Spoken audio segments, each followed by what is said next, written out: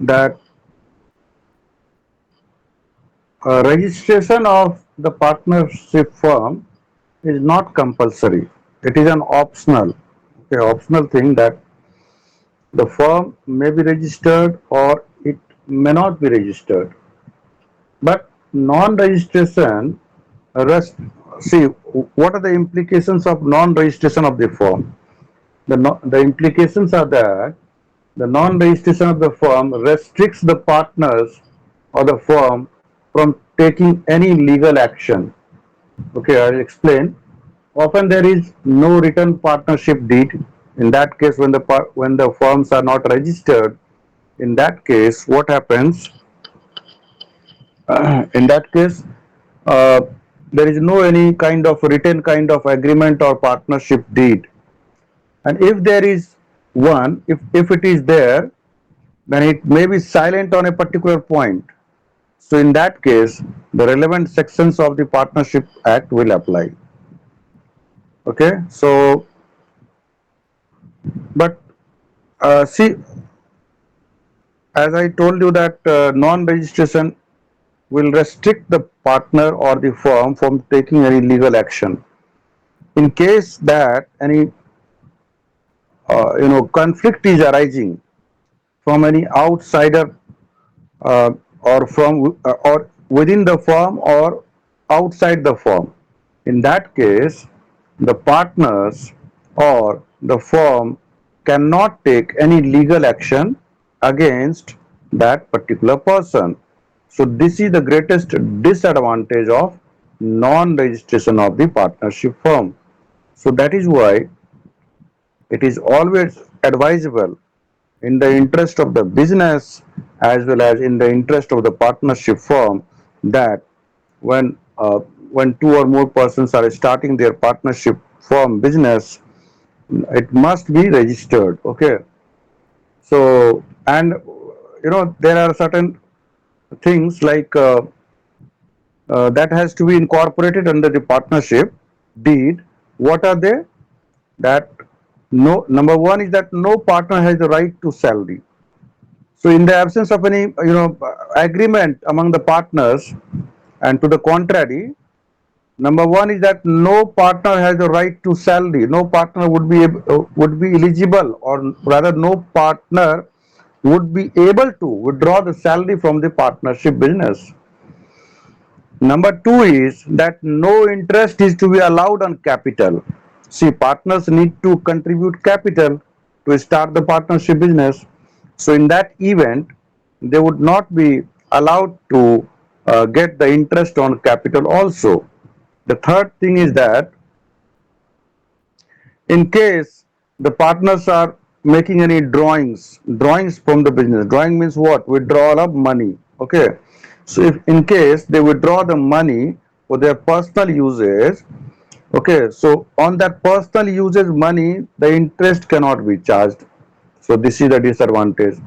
Number four is that interest at the rate of 6% per annum.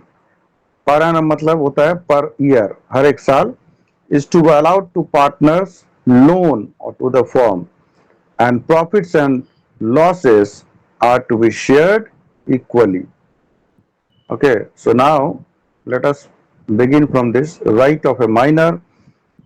So what are the rights of a minor in the case of partnership business? Okay, so who is a minor? A minor is a person basically who comes as per the law, and who has not yet attained the age of majority as per the law. So a person who is a minor according to the law to which he is subject. अब देखिए भाई, Hindu law अलग है, मुस्लिम law अलग है, guardianship law अलग है, अब कॉन्ट्रैक्ट का लॉ अलग है। अब कॉन्ट्रैक्ट के लॉ में जो डिफाइन किया गया है या जिस लॉ के बारे में बात किया जा रहा है उस लॉ के तहत क्या माइनर का एज माइनर के तहत आता है, ये देखना होगा। So a person who is a minor according to the law to which he is subject may not be a partner in a firm, partner नहीं हो सकता है minor, but with the consent of all the partners for the time being, he may be admitted to the benefits of partnership. लेकिन सारे partners अगर agree हो गए हैं, सारे जो भी मेंबर्स हैं, पार्टनर्स है, वो अगर एग्री हो जाते हैं, तो एक माइनर को पार्टनरशिप में एंटर किया जा सकता है, बशर्ते कि वो सिर्फ बेनिफिट्स जो होगा, प्रॉफिट जो होगा, उसी का भागीदार होगा, उसी में सिर्फ वो शेयर लेगा। ठीक है, इस शर्त पर मैं माइनर को minor can enter into partnership business. Next slide. Such minor has a right to such share of the property and the profits of the firm as may be agreed upon।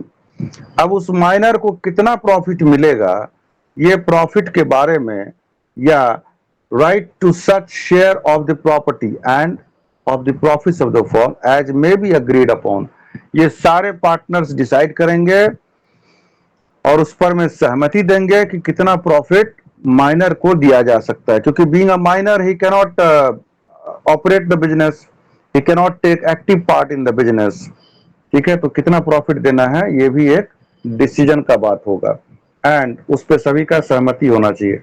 And he may have access to an inspect and of the accounts of the firm, firm का जो accounts है, कितना firm में profit हो रहा है, कितना cell हो रहा है, कितना बिजनेस हो रहा है, कितना रेवेन्यू हो रहा है, ये सब सारा चीज को वो पार्टनर भी देख सकता है, उसका पहुंच हो सकता है। He can have access to the accounts of the firm.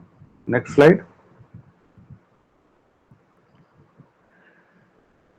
अब देखिए, अब वो तो प्रॉफिट में तो हिस्सेदारी ले रहा है, लेकिन अब एक और बात उठता है यहाँ पर। वो क्या बात उठता है हम जानते हैं, ये हम लोग देखते हैं क्या बात है। Such minor share is liable for the acts of the firm, but the minor is not personally liable for any such act।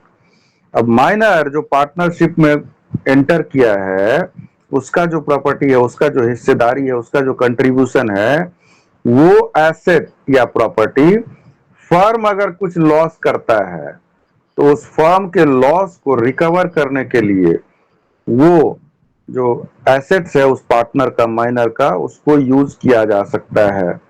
Such minor share is liable for the, firm ने कुछ ऐसा कर दिया या फर्म के खिलाफ किसी ने केस कर दिया या कुछ डैमेज रिकवरी के लिए कर दिया, डैमेज प्राप्त करने के लिए, तो फर्म का जो एसेट्स है, फर्म का एसेट्स में माइनर का भी एसेट्स है, उस एसेट्स को इस्तेमाल किया जा सकता है। लेकिन जो minor is not personally liable for any such act, और माइनर जो है पर्सनल निजी तौर पर उस काम के लिए लायबल, दायित्व तो उसका नहीं होगा, वो उत्तरदायी नहीं होगा, उत्तरदायी नहीं बल्कि दायित्व तो नहीं होगा उसका। ठीक है, उसका सिर्फ जो एसेट्स है, प्रॉपर्टी है, वही सिर्फ लायबल होगा फर्म के एक्ट के लिए, but he is not personally liable, निजी तौर पर नहीं होगा। सच minor may not sue the partners for an account or payment of a share of the property or profits of the firm। अब वो माइनर जो है वो may not sue the partners, जो पार्टनर्स, अन्य जो पार्टनर है माइनर के अलावा, उसके ऊपर में केस नहीं कर सकता है फॉर एन अकाउंट और पेमेंट ऑफ, अपने शेयर को प्राप्त करने के लिए, उसका जो शेयर में जो प्रॉफिट आ रहा है उसको अगर नहीं दिया जा रहा है तो माइनर केस नहीं कर सकता है। ठीक है, या फर्म का जो प्रॉफिट है उसके लिए। Next slide.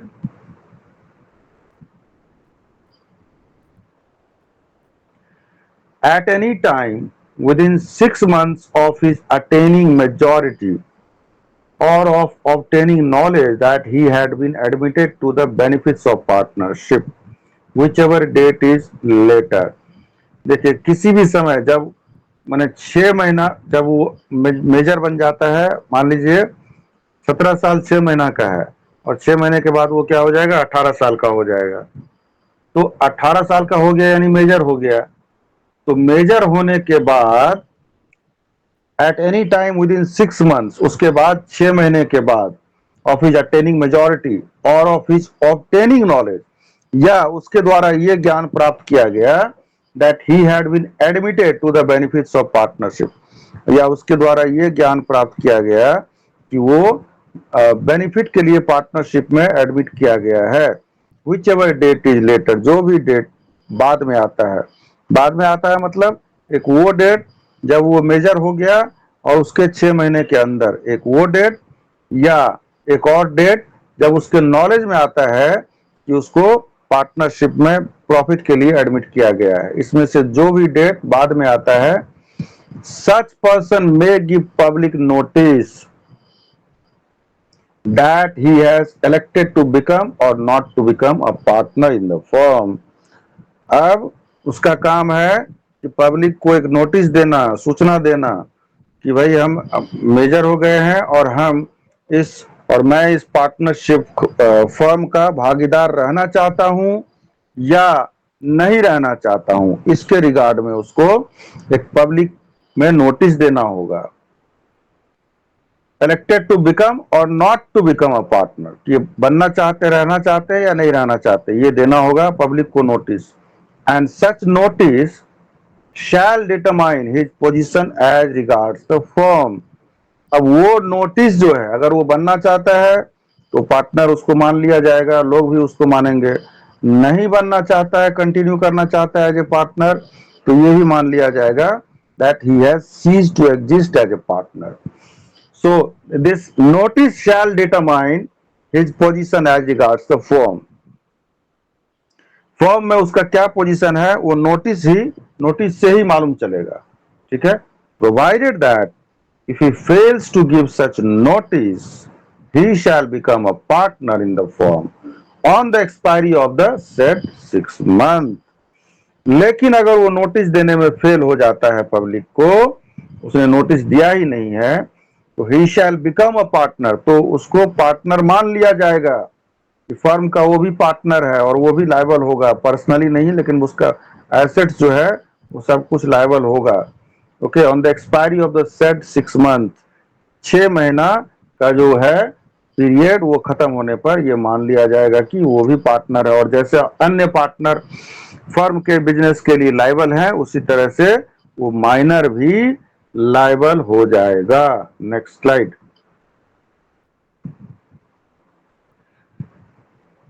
Where any person has been admitted as a minor to the benefits of partnership in a firm, अगर कोई पर्सन जो सहमति देता है या स्वीकार करता है कि as a minor for the benefit partnership firm का जो भी बेनिफिट होगा उसके लिए वो पार्टनरशिप में रहना चाहता है, तब देखिए उस केस में क्या होता है। The burden of proving the fact that such person has no knowledge of such admission until a particular date after expiry of 6 months of his attaining majority shall lie on the person asserting that fact।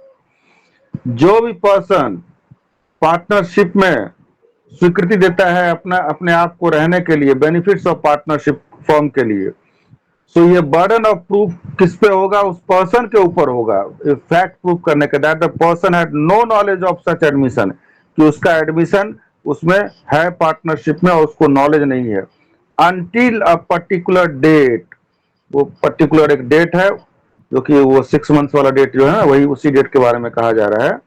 Until a particular date after the expiry of 6 months of his attaining majority, उसका 6 महीने का जो attain कर लिया majority, उसके 6 महीने के बाद का date, shall lie upon the person asserting that fact, ये उसी पर्सन का जिम्मेदारी होगा ये बताना। Next slide.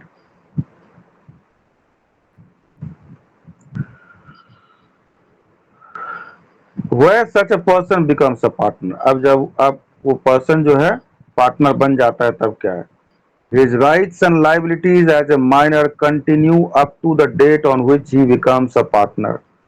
उसका जो राइट्स एंड लाइबिलिटीज है, ठीक है, राइट्स मतलब प्रॉफिट में शेयर करना, दैट इज राइट। लाइबिलिटी मतलब फर्म का जो भी लाइबिलिटी है उसको पे करने में उसका भी जिम्मेदारी, that is liability. So his rights and liabilities as a minor continue, वो राइट्स एंड लाइबिलिटीज दोनों कंटिन्यू होगा up to the date on which he becomes a partner, जब तक वो पार्टनर बनता है तब तक के डेट तक जो भी राइट्स एंड लायबिलिटीज है दोनों ही वो माना जाएगा। But he also becomes personally liable. अब देखिए, अभी तक तो माइनर था तो पर्सनली लायबल नहीं था, लेकिन अब वो personally liable to third parties. अब थर्ड पार्टीज के लिए भी वो पर्सनली लायबल होगा for all acts of the firm. Firm जो भी काम करती है उसके लिए पर्सनली भी वो लायबल हो जाएगा। Done since he was admitted to the benefits of the partnership. जब से वो पार्टनरशिप में एडमिट हुआ है तब से। And next slide. His share,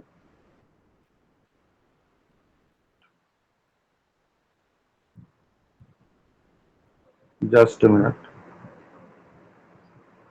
and his share in the property and profits of the firm shall be the share to which he was entitled as a minor। अब जब वो मेजर हो गया है तो माइनर होने के पहले तो उसका सिर्फ प्रॉफिट्स में अधिकार था और उसका एसेट्स जो है वो फर्म के द्वारा किए गए काम के लिए उसका एसेट्स जो है सो लायबल था। लेकिन अब चूंकि वो मेजर हो गया है तो मेजर हो जाने के कारण वो पर्सनली भी लायबल हो गया है। And his share in the property and profits of the firm shall be the share to which he was entitled as a minor. अब उसका जो शेयर है कंपनी का, सॉरी पार्टनरशिप फर्म का जो में जो उसका शेयर है तो वो शेयर भी जो है सो लायबल होगा of the firm and shall be the share to which he was entitled as a minor. Minor के टाइम में जितना उसका शेयर था वही शेयर के लिए वो एलिजिबल और एंटाइटल हो जाएगा। Next slide. Where such person elects not to become a partner। अब एक ऐसा सिचुएशन है कि जहां पर वो चूज करता है कि हमको भाई पार्टनर नहीं continue as a partner continue नहीं करना है, या elects not to become a partner, partner नहीं रहना बनना है। Then his rights and liabilities shall continue to be those of a minor up to the date when he gives public notice। अब जब तक वो पब्लिक नोटिस नहीं देता है, अगर वो चूज करता है कि भाई मुझे पार्टनरशिप में नहीं रहना है, ऐसा उसने इलेक्ट कर लिया है, तो उस केस में उसका जो राइट्स एंड लाइबिलिटीज है वो कंटिन्यू रहेगा। ठीक है, continue those of A minor. जो माइनर के टाइम पे उसका राइट्स एंड लायबिलिटी वो था वैसा ही कंटिन्यू रहेगा। कब तक, किस डेट तक? Up to the date on which he gives public notice. जब तक वो पब्लिक में नोटिस नहीं दे देता है उस डेट तक उसका वो राइट्स एंड लायबिलिटीज कंटिन्यू रहेगा। His share shall not be liable for any acts of the firm done after the date of the notice।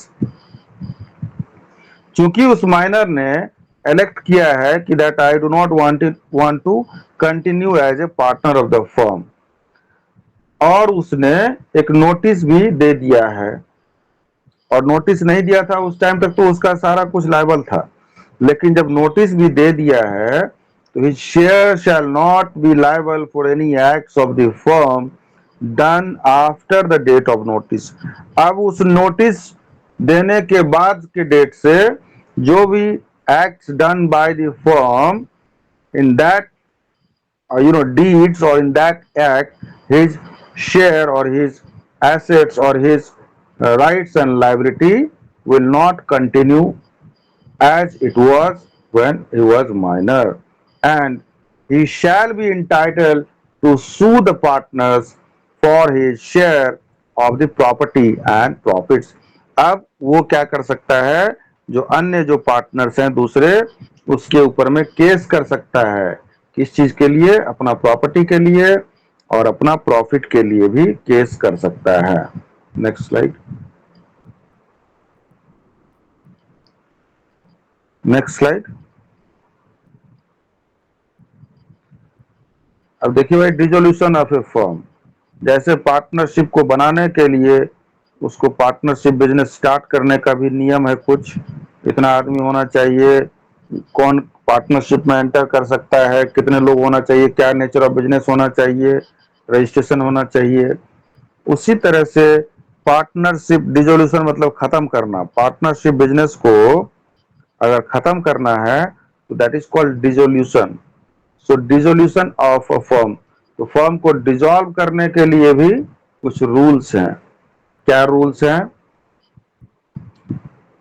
Dissolution of a firm, a firm में be dissolve in the following manner. कैसे कैसे हो सकता है? Dissolution of court, dissolution by court, court का कोई आदेश आ गया कि उसके तहत पार्टनरशिप फर्म को डिसॉल्व करना है, तो उस केस में आपको पार्टनरशिप बिजनेस को डिसॉल्व करना पड़ जाएगा। डिसोल्यूशन बाय एग्रीमेंट, अगर सारे पार्टनर ने डिसाइड कर लिया कि भाई अब पार्टनरशिप बिजनेस में हमको बिजनेस नहीं करना है, हम लोग साथ में नहीं रह सकते हैं, तो एक एग्रीमेंट करेंगे और उस एग्रीमेंट के तहत उस पार्टनरशिप फर्म को डिसॉल्व कर देंगे। Dissolution by operation of law, जो लॉ में जो दिया गया है, विधान जो लिखा गया है, उसके तहत भी आप उस बिजनेस को खत्म कर सकते हैं, फर्म को। Now dissolution on the happening of certain contingencies, कुछ ऐसा घटना घटता है, कंटिजेंसी अकस्मात से कुछ घटना घटता है, ठीक है, तो उस केस में भी, या मान लीजिए दो लोग पार्टनरशिप में बिजनेस कर रहे हैं, उसमें से एक आदमी मर गया, तो एक ही आदमी बचा भाई, तो एक आदमी अकेले पार्टनर कैसे रहेगा? तो वो तो डिजॉल्व, वो भी तो डिजॉल्व हो जाएगा ना। So dissolution on the happening of certain contingency. Now next is dissolution by notice, कोई पार्टनर नोटिस डाल के भी पार्टनरशिप फर्म को डिजॉल्व कर सकता है। तो ये इंपॉर्टेंट है बहुत कि what are the ways and in what manner the dissolution of a firm can take place। तो इसमें आपको ये सब सारा पॉइंट लिख करके इलेबोरेट करना होगा। Number 1 is dissolution by court, number 2 is dissolution by agreement, number 3 is dissolution by operation of law, number 4 is dissolution on the happening of certain contingencies event, and number 5 is dissolution by notice। Next slide, and this is very important. Next, yes.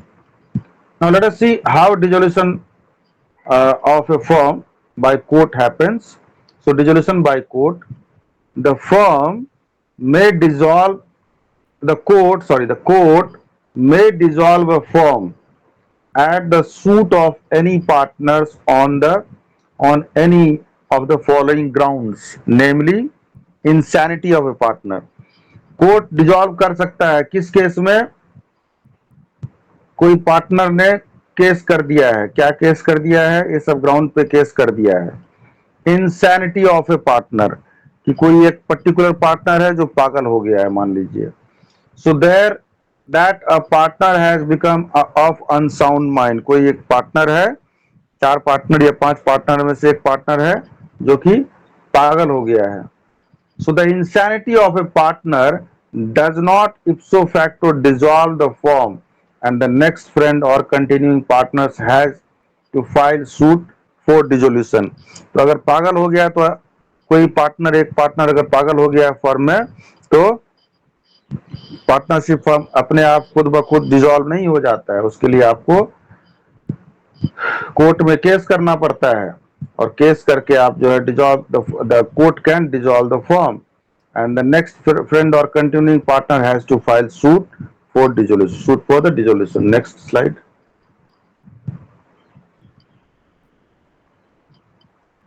Next slide please। Now permanent incapacity of a partner,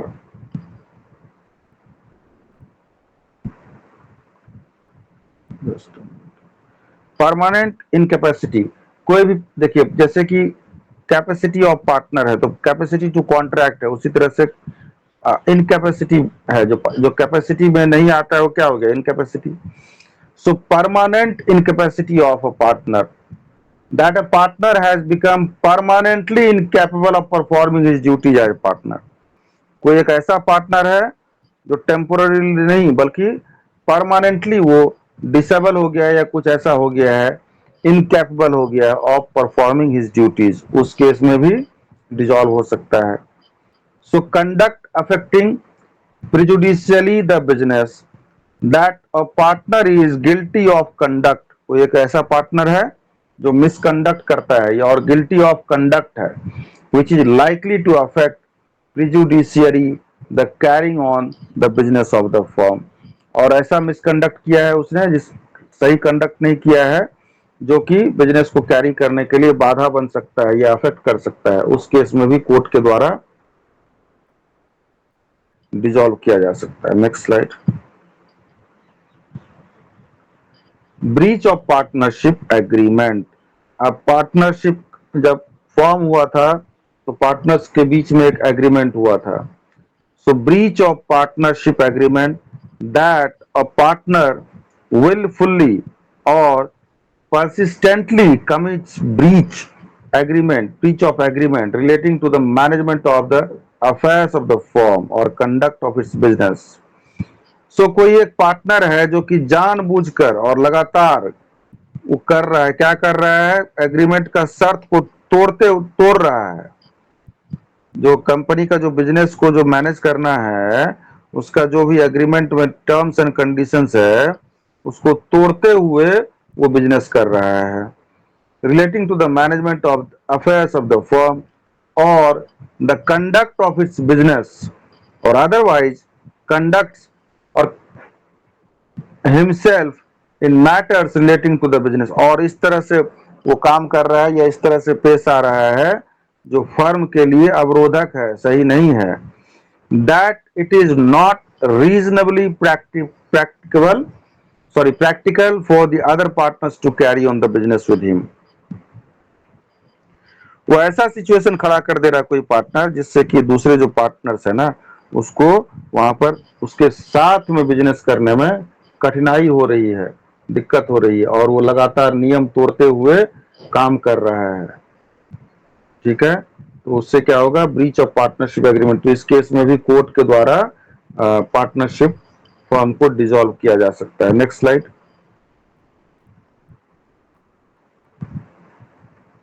next slide please.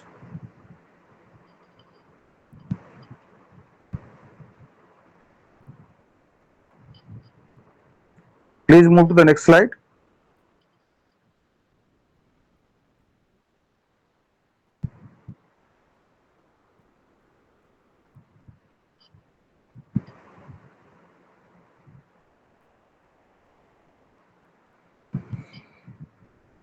Yes,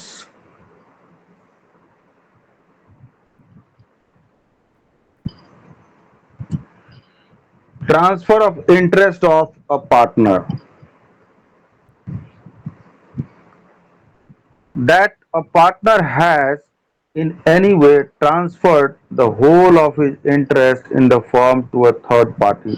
अगर किसी partner ने क्या किया है, उसका जो भी उस फर्म में इंटरेस्ट है, मतलब शेयर है, has in any way transferred the whole of his interest in the firm to a third, किसी और एक पार्टी को उसने ट्रांसफर कर दिया है, उस केस में भी डिसॉल्व हो सकता है। Loss, that the business of the firm cannot be carried on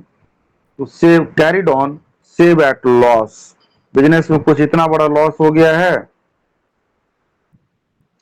जो कि बिजनेस को कैरी करना बहुत मुश्किल हो रहा है, बहुत ज्यादा लॉस हो गया है, तो उस केस में भी उसको डिसॉल्व किया जा सकता है।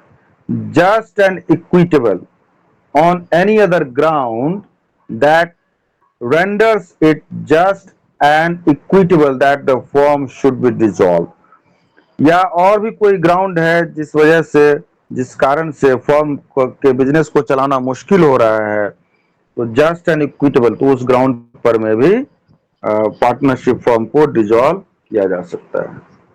Next slide. Next slide please. Now dissolution by agreement, let us see. So in the previous slides and prior to previous slides we have discussed how a firm can be dissolved by the court. Now let us see dissolution by agreement. So a firm may be dissolved with the consent of all the partners or in accordance with the contract between the partners. The partnership agreement may contain a proviso that the firm will be dissolved on the happening of certain contingency. देखिए partnership agreement या partnership deed जो है ना उसी में लिखा जाता है, जैसे स्टार्ट करने का एक नियम कानून है उसी तरह से शर्त और नियम है, उसी तरह से डिसॉल्व करने का भी एक शर्त होगा उसमें। सो फर्म में be dissolve with the consent of all the partners. सारे पार्टनर्स अगर सहमत हो जाए कि भाई इसको डिसॉल्व करना है तो पार्टनरशिप डिसॉल्व हो जाएगा। और in accordance with the contract between the partners, या एक कॉन्ट्रैक्ट या फिर पार्टनर्स ने आपस में कॉन्ट्रैक्ट किया है कि हमको डिसॉल्व करना है इसको, तो उसके अनुसार उस फर्म को डिसॉल्व किया जा सकता है। द पार्टनरशिप एग्रीमेंट में contain a proviso that the firm will be dissolve on the happening of certain contingency. अब पार्टनरशिप एग्रीमेंट में एक प्रोविजन ये भी रखा जा सकता है कि पार्टनरशिप फर्म को डिसॉल्व किया जा सकता है अगर इस तरह का परिस्थिति अचानक से हो जाए या किसी एक अचानक तरह का परिस्थिति उत्पन्न हो जाए, तो उस परिस्थिति में पार्टनरशिप फर्म को डिसॉल्व किया जा सकता है। तो ये डिसोल्यूशन बाय एग्रीमेंट है। Next, dissolution by operation of law. Partnership firm को डिसोल्यूशन बाय, ये बहुत इंपॉर्टेंट है सब सारा पॉइंट्स, तो प्लीज इसको इग्नोर नहीं कीजिएगा। So dissolution by operation of law, a firm is compulsorily dissolved on the following grounds। कुछ ग्राउंड्स है, उस ग्राउंड्स के होने पर या उस ग्राउंड के रहने पर फर्म जो है ऑटोमेटिकली डिसॉल्व हो जाता है या कंपल्सरीली डिसॉल्व हो जाता है। क्या है? Insolvency of partners. Partners insolvent हो गए, बैंकरप्ट हो गए। इंसॉल्वेंसी मतलब क्या हो गया? They are unable to pay off the debt, loan payment नहीं कर पा रहे हैं, लोन ज्यादा हो गया है, प्रॉफिट कम हो गया है, कंपनी का या फर्म का एसेट या निजी संपत्ति उतना नहीं है जिससे वो लोन को या डेट को चुका पाए। So in that case the insolvency happens. ठीक है। So insolvent, insolvency of partners, उस केस में क्या हो जाएगा? ये कंपल्सरीली डिसॉल्व हो जाएगा partnership. By the happening of any event which makes it unlawful for the business of the firm to be carried on। Happen, अगर कुछ ऐसा हो गया इवेंट जो कि फर्म को अनलॉफुल बना देता है, इलीगल, अवैध बना देता है, तो उस केस में भी बिजनेस जो है, फर्म का बिजनेस को कैरी फॉरवर्ड नहीं किया जा सकता है, उस केस में भी कंपल्सरी डिसॉल्व हो जाएगा। ठीक है, next slide. Dissolution on the happening of certain contingencies. देखिए कंटिजेंसीज का मतलब क्या होता है? कंटिजेंसीज का मतलब ये होता है कि कुछ अचानक से कुछ हो जाना, मतलब जिसके बारे में प्लानिंग था ही नहीं कि ये होगा। ठीक है। अब अचानक से कोरोना आ गया, किसी को मालूम था? नहीं मालूम था। अचानक से कुछ ऐसा अचानक से कुछ ब्रेकडाउन हो गया मशीनरी का, इसके बारे में सोचे ही नहीं थे, और उसमें हैवी कॉस्ट लगे, हैवी एक्सपेंडिचर लगेगा उसको ठीक करना, तो अचानक से। ओके, सो कंटिजेंसी मतलब अचानक। So dissolution on the happening of certain contingency subject to contract between the partners, a firm is dissolved on the happening of the following contingencies। कौन कौन सा? Number one, if constituted for a fixed term by the expiry of that term। अगर आपने partnership business start ही किया है कि भाई 6 महीने तक हम लोग पार्टनरशिप में करेंगे और ये काम करेंगे, और पार्टनरशिप और वो काम जैसे ही हो जाएगा तो फिर वो या तो आपका वो काम हो गया या फिर वो टर्म एक्सपायर हो गया, तो पार्टनरशिप ऑटोमेटिकली कंपल्सरी डिसॉल्व हो जाएगा। Next slide.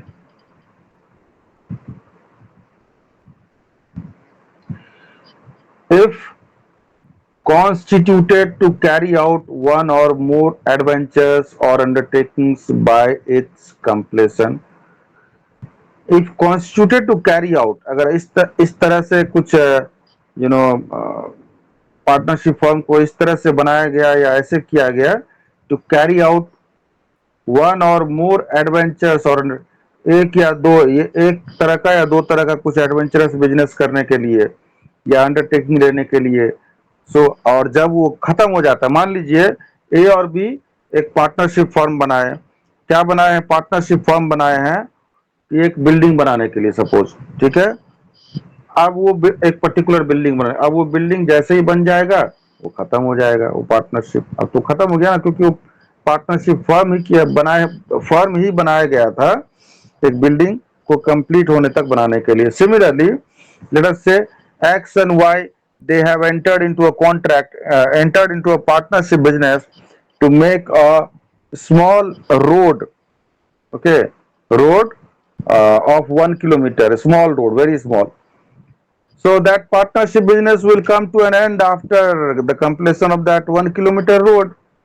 So this is a special kind of, if constituted to carry out one or more adventurous or undertakings by its completion.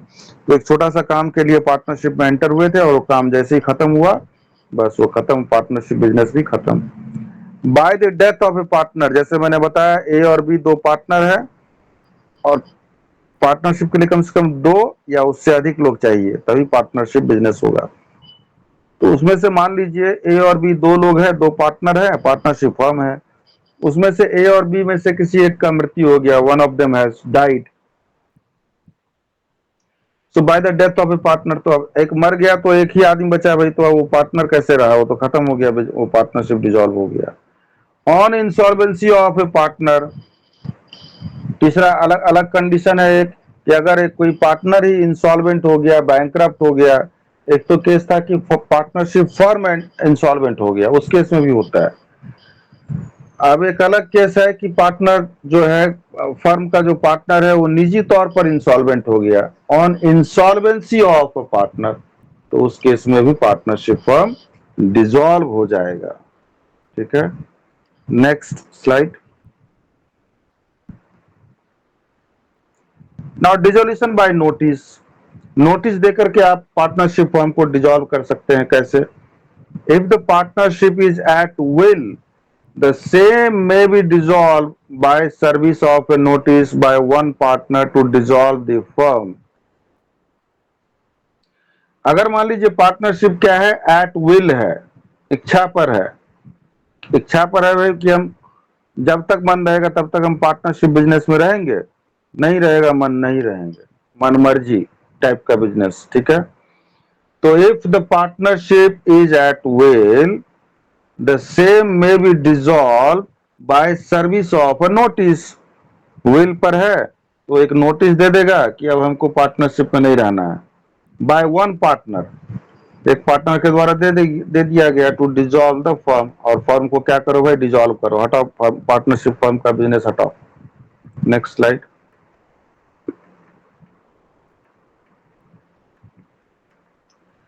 अब देखिए registration, it is not compulsory to register the firm, however there are serious effects of non registration, जैसे मैंने पहले ही बता दिया था, serious, अगर आप पार्टनरशिप फर्म को बिना रजिस्ट्रेशन के भी आप चला सकते हैं, ठीक है, और रजिस्ट्रेशन इज नॉट कंपल्सरी, लेकिन it is not compulsory to register the firm, however there are serious effects of non registration, नहीं रजिस्ट्रेशन कराने का सीरियस इफेक्ट्स है, क्या सब है?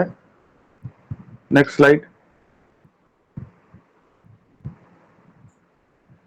No suit to enforce a right arising from a contract or conferred by the Indian Partnership Act shall be instituted in any court by or on behalf of any person suing as partner in a firm.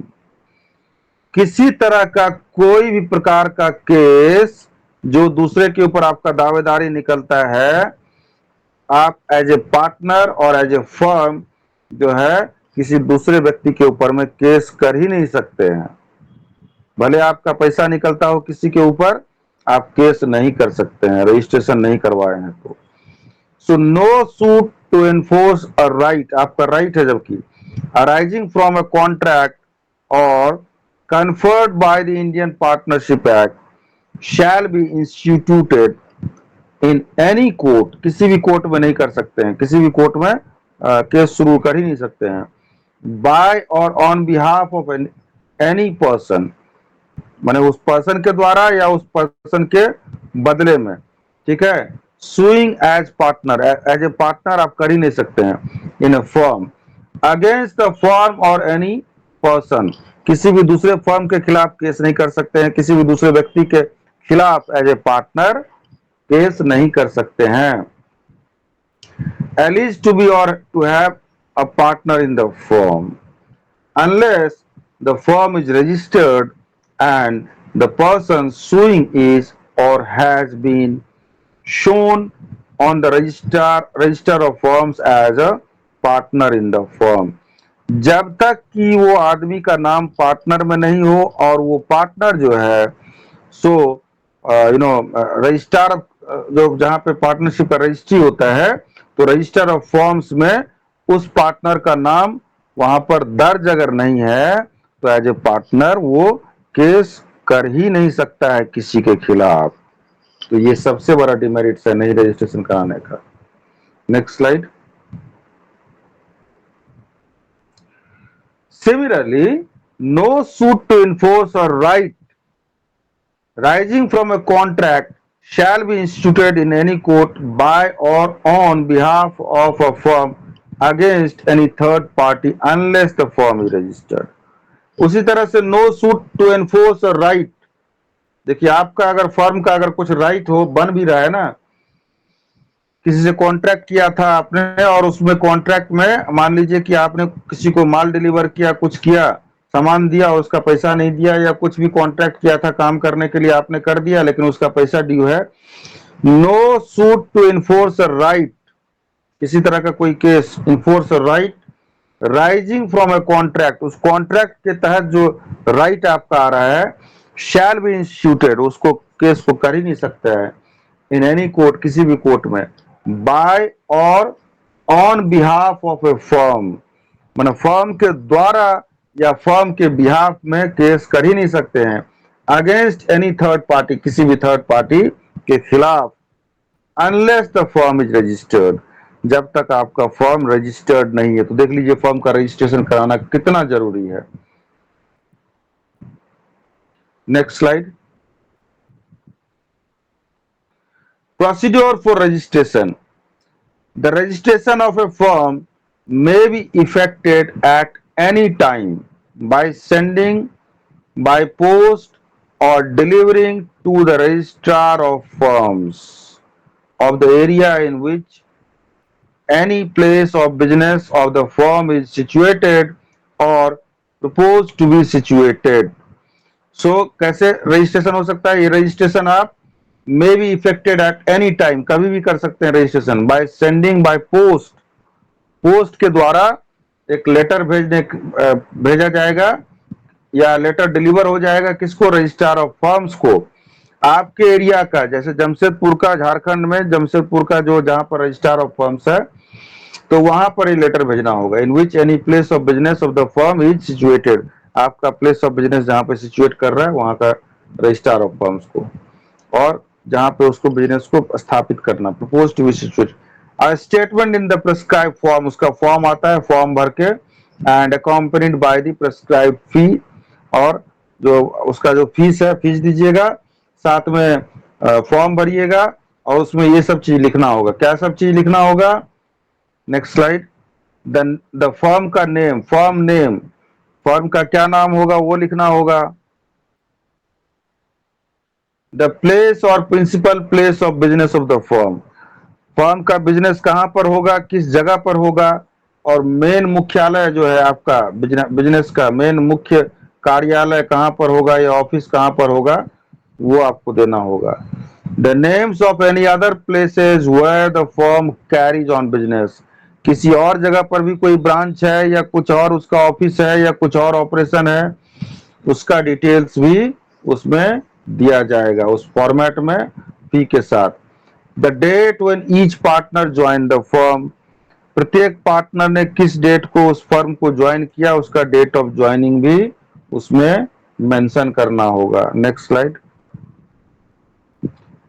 The names in full and permanent addresses of the partners.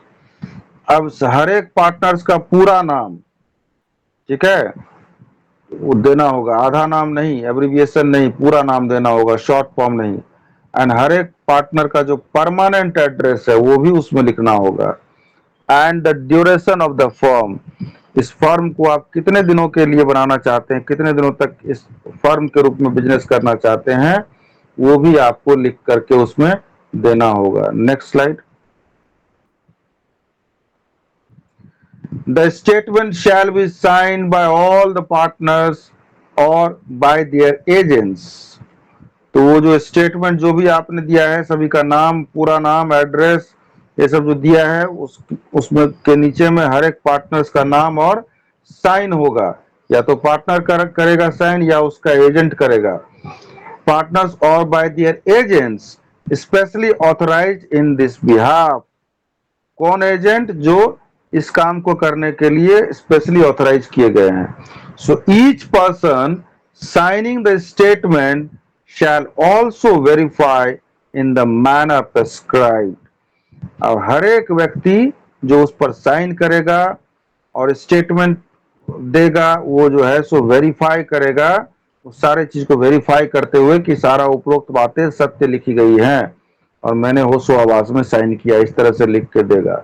Next slide. अब देखिए भाई, firm का जो नाम बनाते हैं, नाम choose करते हैं, तो कुछ वर्ड्स है जो कि वर्ड्स नहीं होना चाहिए आपके फर्म के नाम के आगे, ठीक है। A firm name shall not contain any of the following words. Firm का नाम में ये सब वर्ड्स नहीं होना चाहिए। क्राउन, CROWN, क्राउन नहीं होना चाहिए। एम्पेरर, ये वर्ड नहीं होना चाहिए आपके फर्म के नाम में। एम्प्रेस, ये भी वर्ड नहीं होना चाहिए। एम्पायर नहीं होना चाहिए। इंपीरियल नहीं होना चाहिए। फर्म के नाम में किंग वर्ड नहीं होना चाहिए। क्वीन नहीं होना चाहिए। रॉयल, ये सब वर्ड नहीं होना चाहिए। और वर्ड्स एक्सप्रेसिंग और इम्प्लाइंग द सैंक्शन, अप्रूवल और पैट्रोनेज ऑफ गवर्नमेंट, या फिर ऐसा नाम भी नहीं होना चाहिए जिस नाम से, ठीक है, जो कि कुछ अलग तरह का जिस पे सैंक्शन है या कोई अप्रूवल लेना पड़ेगा सरकार से, वैसा नाम भी नहीं होना चाहिए। Except when the state government signifies its consent to the use of such words as part of the form name by order in writing। लेकिन अगर आपको स्टेट गवर्नमेंट ने किसी पर्टिकुलर नाम को यूज करने के लिए राइटिंग में ऑर्डर दे दिया, आदेश दे दिया है, तब आप यूज कर सकते हैं। तो क्या सब नाम ये नहीं होना चाहिए पार्टनरशिप फर्म का नाम में? क्राउन, ये आ सकता है ऑब्जेक्टिव टाइप क्वेश्चन में, सुन लीजिए बढ़िया से भाई। Crown, emperor, empress, empire, imperial, king, queen, royal, ये सब वर्ड, ये सब शब्द फर्म के नाम में नहीं होना चाहिए। Next slide.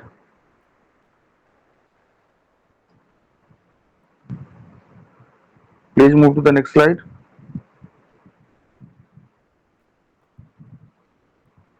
Next slide, please.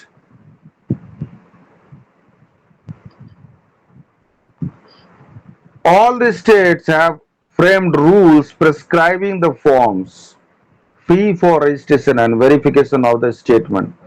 The application for registration has to be made to the registrar of firms in the prescribed form.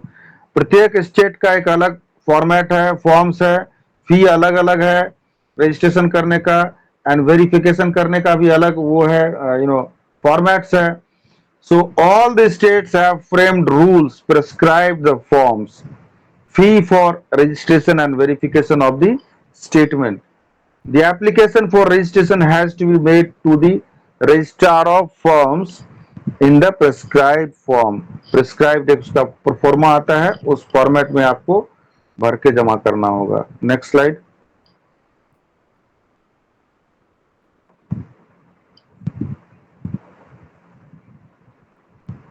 Next slide please. When the registrar is satisfied registrar of firm अगर satisfied हो जाता है सारी बातों से, when the registrar of firm is satisfied that the provisions have been complied with, कि जो भी provisions है, जो भी कानून है, जो भी नियम है, उसको comply किया गया है, he shall record an entry of the statement in a register called the register of firms. सारा कुछ से वो पूरी तरह से आश्वस्त होने के बाद रजिस्टर ऑफ फर्म्स क्या करेगा, देखेगा कि सब कुछ सही है, ठीक ठाक है, तो ही शैल रिकॉर्ड, क्या करेगा, और रिकॉर्ड करेगा and entry of the statement in register, और उसको एंट्री करेगा कहां पर, वो स्टेटमेंट को रजिस्टर ऑफ फर्म्स में एंट्री करेगा and shall file the statement, और उसमें स्टेटमेंट को फाइल कर देगा.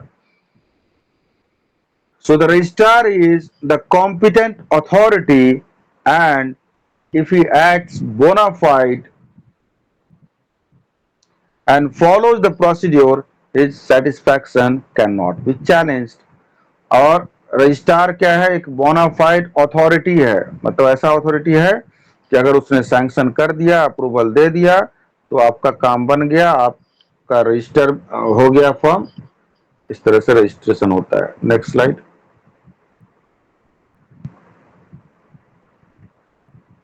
Next slide please. Now, checklist for drafting a partnership deed. Partnership deed बनाने के लिए कुछ चेकलिस्ट है, क्या सब होने चाहिए. A partnership deed should contain the following clauses, कुछ उसमें क्लॉज होना चाहिए. Number one, name of the parties, सारे पार्टीज का उसमें नाम होना चाहिए, तो नेम क्लॉज हो गया. नेचर ऑफ बिजनेस, आप जो पार्टनरशिप फर्म का जो बिजनेस करेंगे उसका नेचर क्या होगा, किस नेचर का बिजनेस होगा, ऑपरेशन रिलेटेड होगा, सेल्स रिलेटेड होगा, मार्केटिंग होगा, मैन्युफैक्चरिंग होगा, सर्विस रिलेटेड होगा, क्या काम कीजिएगा, कैसा नेचर है बिजनेस का, वो डालना होगा उसमें. तो नेचर ऑफ बिजनेस क्लॉज हो जाएगा. Next slide.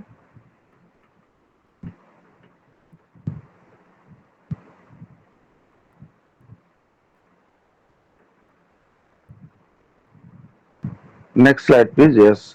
Duration of partnership, जो पार्टनरशिप फॉर्म आप जिसमें आप बिजनेस कर रहे हैं उसका ड्यूरेशन कितने महीने का, कितने दिन का, कितने साल का होगा, या कुछ एक जॉइंट वेंचर कर रहे हैं, किसी के साथ में कुछ वेंचर कर रहे हैं, तो वो कितना पीरियड का हो सकता होगा, वो ड्यूरेशन आपको देना होगा उसमें.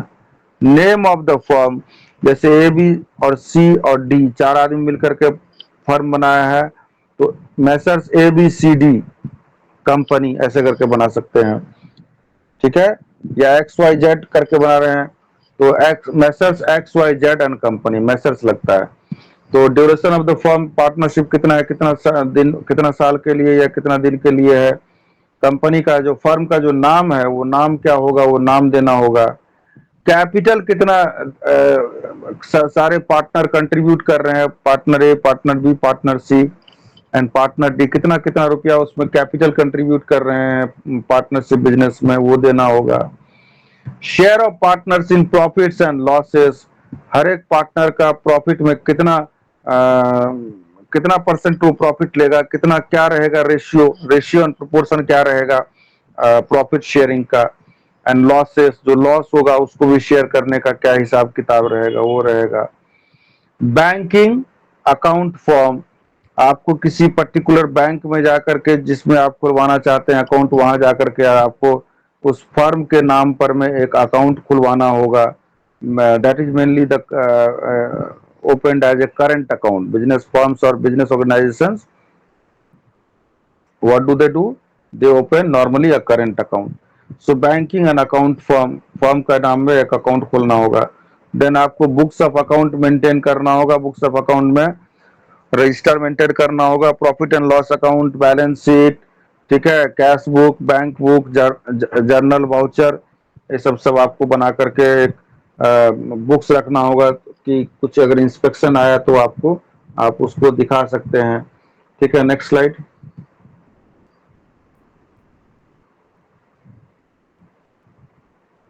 Next slide please.